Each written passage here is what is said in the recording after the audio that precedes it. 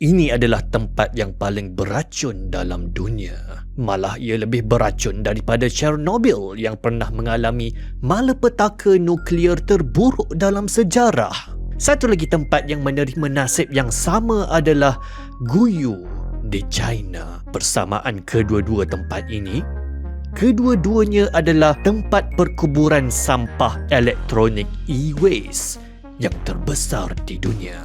Sampah-sampah elektronik dihantar dari negara maju dan membangun ke tempat-tempat miskin ini untuk diuruskan supaya tidak lagi membuat semak di negara-negara kaya dan supaya negara-negara kaya dapat menukar telefon pintar baru mereka setiap tahun tanpa rasa bersalah. Penduduk-penduduk dan kanak-kanak miskin di tempat-tempat ini menjejak pergunungan sampah yang tak berpenghujung. Mereka mencabut besi-besi berharga seperti emas dan kuprum dan komponen berharga dari bot litar, skrin dan monitor. Apa yang tak boleh dicabut mereka bakar dan hasilnya adalah kepulan asap yang penuh dengan bahan toksik yang disedut jutaan penduduk setiap hari.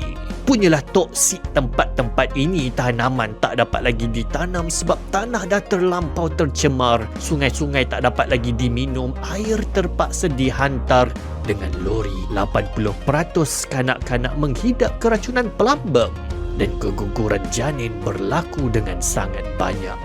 Ditambah dengan kadar kanser yang sangat menakutkan.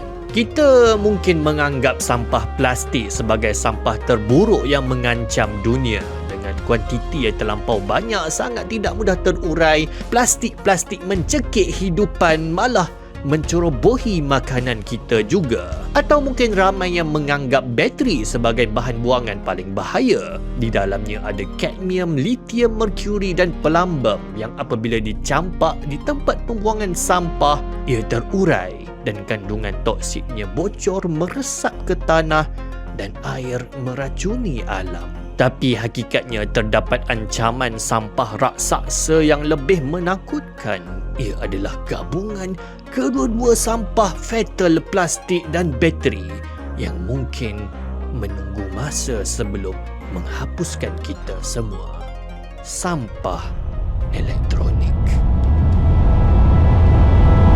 Jom sertai kempen kesedaran pengumpulan e-sisa sekitar. Anjuran Kerajaan Negeri Selangor dengan kerjasama Universiti Islam Antarabangsa. Kempen ini bertujuan untuk memberi pendedahan kepada masyarakat tentang cara pelupusan e-sisa dan memupuk kesedaran tentang kepentingan mengitar semula e-sisa. Seluruh warga Malaysia dijemput untuk bersama-sama memeriahkan kempen ini di samping kita dapat menambahkan pengetahuan di dalam aspek e-sisa. Pelbagai aktiviti menarik seperti kuis, pertandingan melukis dan mewarna boleh disertai oleh semua. Jadi jangan lepaskan peluang ini, jom kita sertai.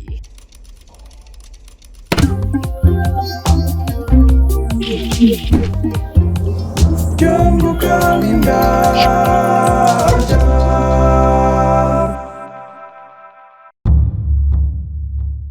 Rasanya kalau korang perasan, korang dah makin kerap tukar phone kan? Ini berbeza sangatlah dengan belas 10 tahun lepas bila industri handphone mula nak berkembang. Sekali korang beli handphone, bertahun-tahun dia tahan. Korang tinggal phone tu berbelas-belas tahun, korang buka, bateri dia ada lagi. Hidup lagi. Punyalah kuat dan tahan lama. Korang jampok batu dekat phone tu, batu tu yang pecah. Tapi phone sekarang, waktu mula-mula beli dia okey. Lepas tu makin lama makin slow.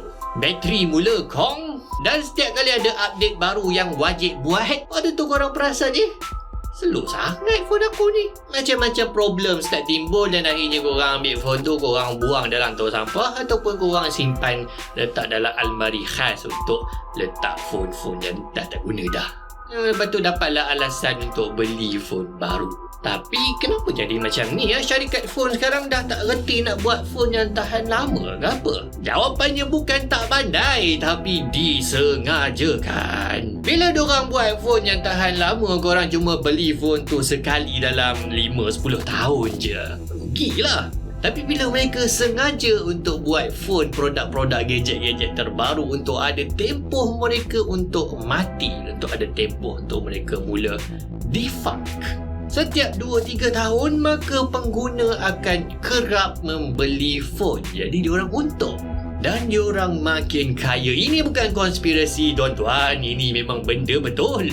Memang dah diketahui umum dah, memang ia satu amalan yang dipraktikkan oleh industri sekarang yang dipanggil sebagai planned obsolescence. Tempoh mati terancang.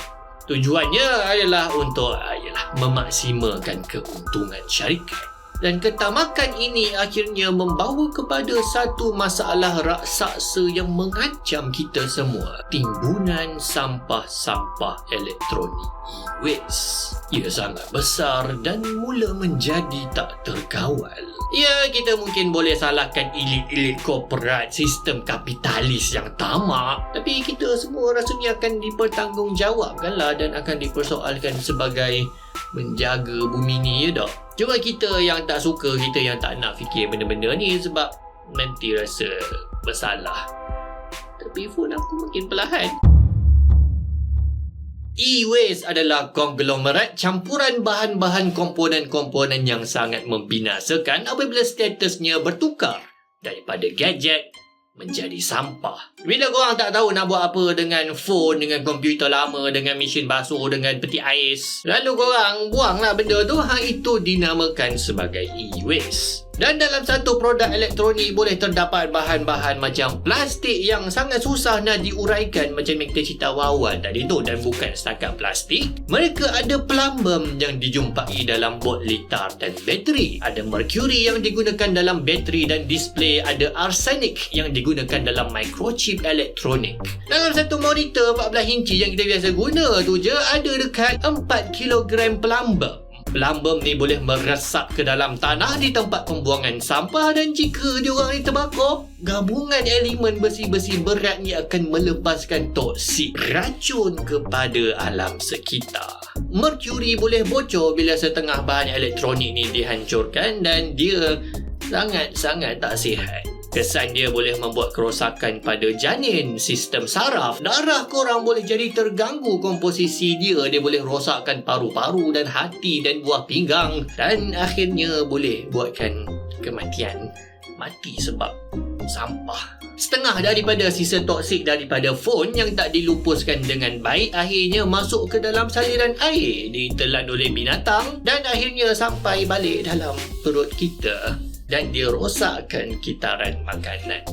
Dan bukan tu je, sisa-sisa toksik ni bila dah terlepas, diorang susah nak buang. Diorang boleh kekal dalam alam kita, dalam ekosistem. Dan bahayanya sampah-sampah elektronik ni sebabkan toksik diorang ni satu hal, tapi yang buatkan dia lebih bermasalah dan lebih mengancam nyawa kita keseluruhan di atas planet bumi ni adalah sebab dia dah terlampau banyak dan makin lama makin banyak. Setiap tahun hampir 50 juta tan sampah e-waste ni yang kita buang, sama banyak dengan kita buang 1000 laptop setiap saat. Malah pada tahun-tahun yang akan datang, bagi sesetengah tempat, e-waste ni dia akan bertambah sebanyak 5 kali ganda.